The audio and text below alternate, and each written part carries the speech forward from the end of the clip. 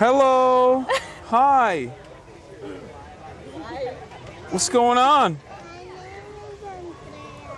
Andrea? Nice to meet you. I'm Hassan. Hello. So nice to meet you. Like it pulled your pants down? That's awesome. Hassan, this is the youngest viewer we've ever met. Hello. Hi. What's going on? Andrea? Nice to meet you. I'm Hassan. Hello.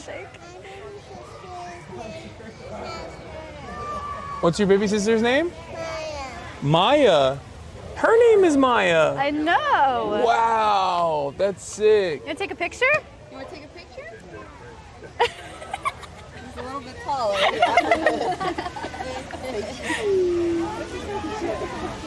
Aw, thank you. We're dying to be a sea keeper. Oh, great. No Great place to be. way. This is going to be cool. It's the youngest viewer I've ever met. That's cool. Did she know you? Yes. She came up to me and she was like, "Excuse me, are you Maya?" I was like, "Yeah." That's incredible. Yeah. Come forward a little. Do you want to just like go up to the side here so you're not blocking anyone? The zoom's not great, so I want to be closer. Okay. Damn, this is I wild. just don't want to be in anyone's way. That's a rig right there. That's a big setup.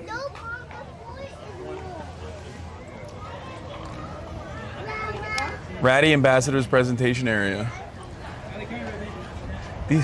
Who do these animals think they are making us wait? Chat.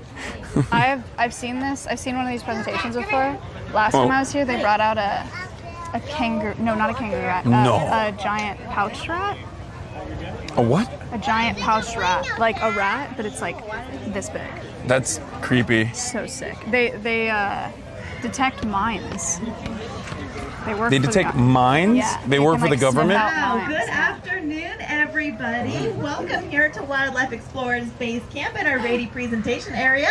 My name is Casey. How is everybody doing? Woo! Wow. Yeah, Casey! Lower your expectations. Just kidding. Okay, so I'm going to be out here for about 10, 15 minutes, kind of chatting about animals, specifically about one animal who's coming out to visit with us today, how we can kind of watch out for them conservation-wise.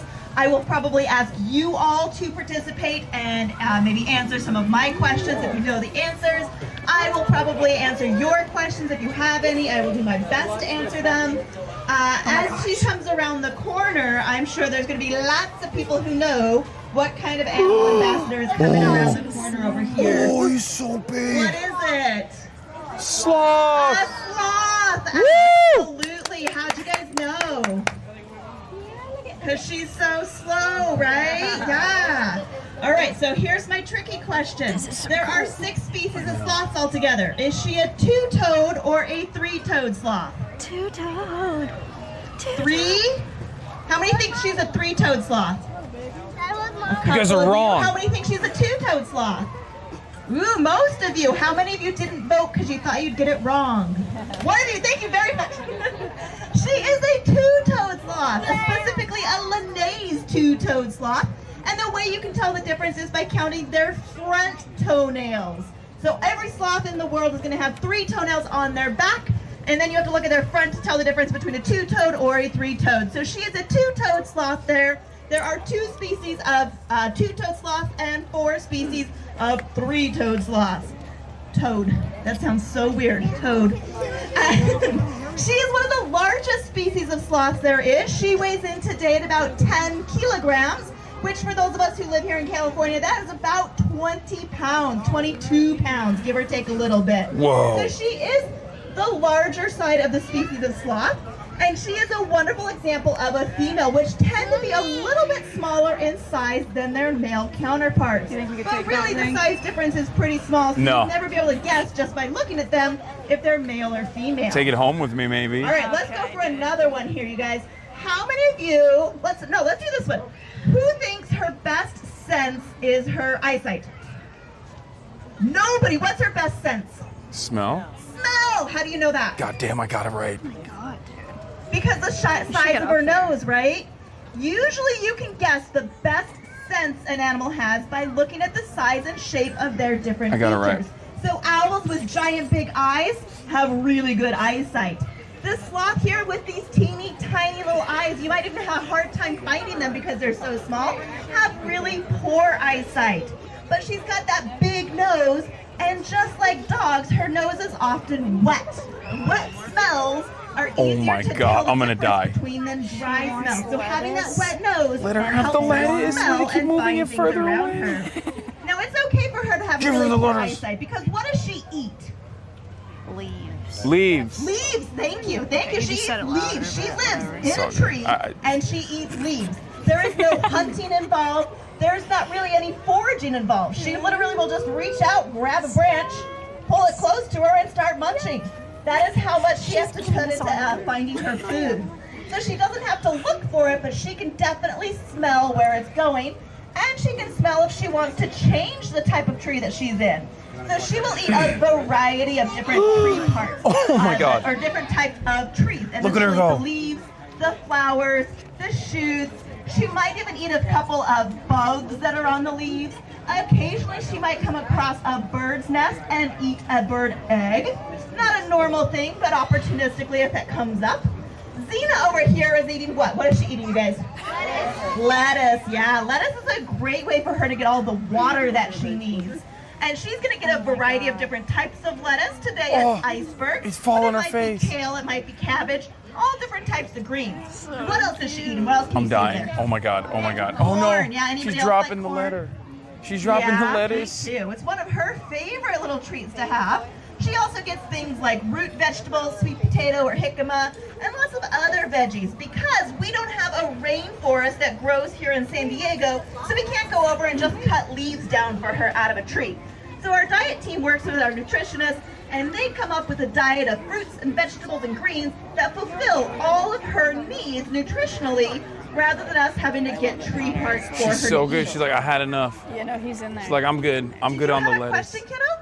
Big corn. Why didn't she eat it all? Did you ask that?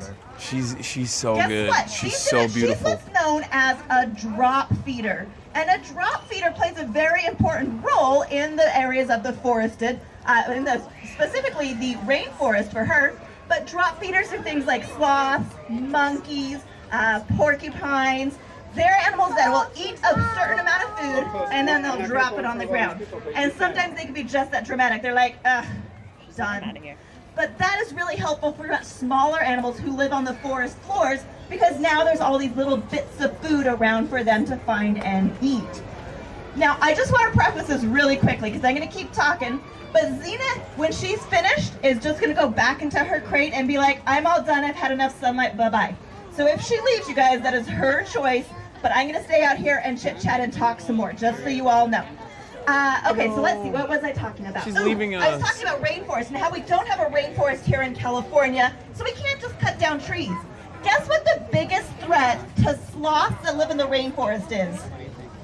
Deforestation. Oh my goodness, thank you. Oh my God, he's a Deforestation is You're welcome. the biggest threat You're such a to sucker. sloths and many other animals. It's not a big deal. So that's why we don't want to go out and cut down tree parts Kind of a for her. We want to conservationist. People know me contribute to in these being circles. mindful of our rainforest and There's making like a difference. 12 If kids in there's front of him. anything He's you just guys answering take away from over them. today, start talking about products that are sustainable. And kids, I know that's a tough one. But right now, there's not a freaking hibiscus flower. It sustainable was so cute. requirement for wood products, building materials, furnitures. We need to start talking about that more and more as a group, as a public. There are many sustainably sourced products out there, but it is not a regulation or a requirement now. So if we talk about it more and more, it's going to become standard. Just like things like palm oil is a really big one. I bet you guys have all heard of palm oil and how bad it is for the orangutans and many other Yeah, animals. boo. Yes, exactly. Boo. So palm oil is a big one. You're And late. now you can go to a grocery store with your phone, scan a product, and it'll tell you whether that has palm oil that was sourced sustainably or not, or if it has palm oil at all. So we want that to become the standard. And the way we do that is by talking with one another and reminding one another to Chat, be you can look up responsible. RSPO. Now, I to could get to keep that. talking all day long, but I want to see if you guys have any questions. What's your Roundtable on question? Sustainable Palm Oil. How do sloths turn around? That's a great question. So she's got a couple of Silly ways to question, turn around. kid. The first one is very, very slowly, where she reaches behind her I'm destroying these children in the marketplace of body. ideas. She's Chat's very, keeping- very flexible. Chat's She can keeping actually roll tabs. her body up into a ball and touch between her toes and grab a branch over there. So she can turn over by doing a little front flip or a somersault too. Oh. Very flexible, very strange animals. Great question. Directly What's feeding. Your question?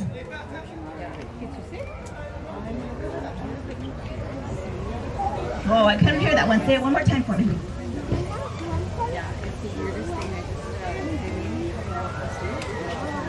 How do we help them smell their food? Ooh, that's a great one. How do we help them smell their food? I don't think that's a great one. I knew this one. I missed that one. So how do we help them smell their food? A lot of it is because we keep their habitat very humid. We have misters that are in their habitat, and we have live plants that grow in their habitat. What? And then she will lick her own nose to get it all wet. And that's how she's able to smell all of the food that's hidden around her you know home. what? That was a And we cool do answer, kind of actually. hide her food around her home because we want her to be able to forage and find what she wants. Great question. What about you wearing the adorable flamingo shirt? What do they do if they come out of the tree? Yeah, is that ooh, that's a really great question. Does anybody know a reason why a sloth would come out of the tree? To shit. To get food. Ooh, but she eats leaves, right? So she's getting all of the food she needs from the trees Silly that she's kids. in. So Leaves there are is on one trees. reason a sloth is going to come down out of a tree, Poo-poo and pee-pee. that's to Predator. go to the bathroom. Oh, I thought predators. Yeah, that's super, super weird because she doesn't want to sit up in a tree and go to the bathroom because it would leave a scent trail for all of her predators like jaguars and ocelots, and they'd be like, oh, there's the sloth right there. So what they do is really, really strange. They actually she's don't so go to the bathroom for up to 7 to 10 days at a time. such a They good hold shot. everything, solids and liquids, for up to 10 days. And at the end of that 7 to 10 days, she will climb down to the bottom of the tree, go to the bathroom, and then she'll lose up to 10% of her body weight, right? So 22 pounds. She can lose up to 2 pounds in one event. 20? 10. Girls don't poop. 20%. 4 pounds, up to 4 pounds right there. And then she's going to move very, very quickly. That's quicker how I than you would feel imagine a after sloth eating to a move. California burrito. Away from that pile of smelly stuff, over to this tree, and then climb up this tree and hide over here, so that any predator who finds this goes, where's the sloth? I can't find it. That's why she does that. And that's what happens when she goes She's to eating the the ground. corn. She's very, very vulnerable on the ground. She cannot move very quickly. She has to crawl one arm over another in order for her to move on the ground. Another big thing about deforestation, you guys, if she can't reach a tree quickly, she's climbing across a road. Very, very dangerous for them. So another reason for us to be aware of sustainably sourced wood products. Excellent questions. Go ahead. Why is she hanging on a tree? Why does she eat while she hangs in the tree? Great, great question. Protection. She does everything hanging upside down in a tree. Sloths are designed to play hide and seek like nobody else in the world. I was just She spends all of her time giving a good answer. hiding in a tree from her big predators, jaguars, ocelots. Chad, you guys can't snakes, see, but Maya's hitting me. Alligators? She's assaulting me Maybe. because Let's say alligators. she's worried I got conservation clout. So she's going to be hiding in a tree, and her toenails are designed kind of like a hanger hook. You know how you put your clothes on hangers and you hang them in the closet, and they hang there forever, right? Unless you take them down. That is how her toenails work. So they hold her in a tree. She doesn't have to flex any muscles. She doesn't have to think about holding on. She just holds on. Her body instinctively holds on. If you guys climbed a tree and fell asleep, what would happen? We'd fall. Fall, absolutely. You'd fall out of the tree, you hit your head, and you'd be destroying like, these that was kids. a really bad It's idea. embarrassing. If she falls asleep, No, it's her not. body continues to hold on. She's impressed. So she has no reason to think about it, so it's easiest for her to eat upside down in the tree than any other way. That was a great She's impressed, and so are the question. kids. The kids are so Any impressed other with my questions knowledge. about, did I tell you her name? This is Xena. Xena is this two-toed sloth. She's named Xena not after the warrior princess, for those of you that are old enough. She's named Xena because she comes from the family group Xenarthra.